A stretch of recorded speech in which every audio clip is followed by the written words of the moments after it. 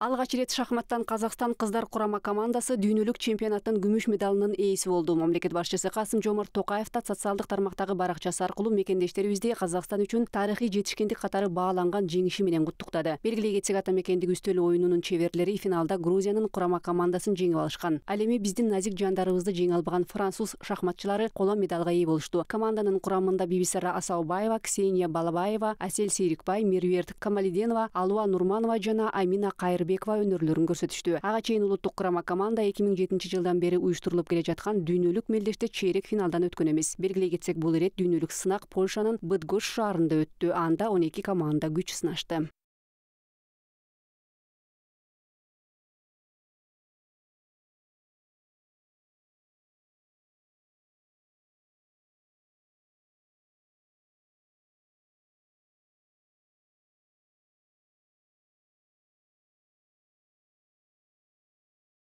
В команде у нас были очень теплые, дружеские отношения. Командадагы кыздар менен абдан жакшы мамиледе болдук. Дайыма бири-бирибизди колдоп, чогуу басып сүйлөшүп жүрчүбүз. Айрыкча Бибисара менен Меруерттин колдоосу байкалды. Баарыбыз чогуу убакыт өткөрүп, тынымсыз даярданчубыз. Жарым финалда Франциянын оюнчулары менен жеңишке жетүү оңой болгон жок. Биринчи беттеште атаандаштарыбызды кое бергендиктен, экинчисинде топту жаруу үчүн тайбрейк алуу максатыбыз болгон. Андан соң блиц боюнча 4-0 эсебинде финалга чыктык. Выиграть второй, чтобы попасть на тайбрейк.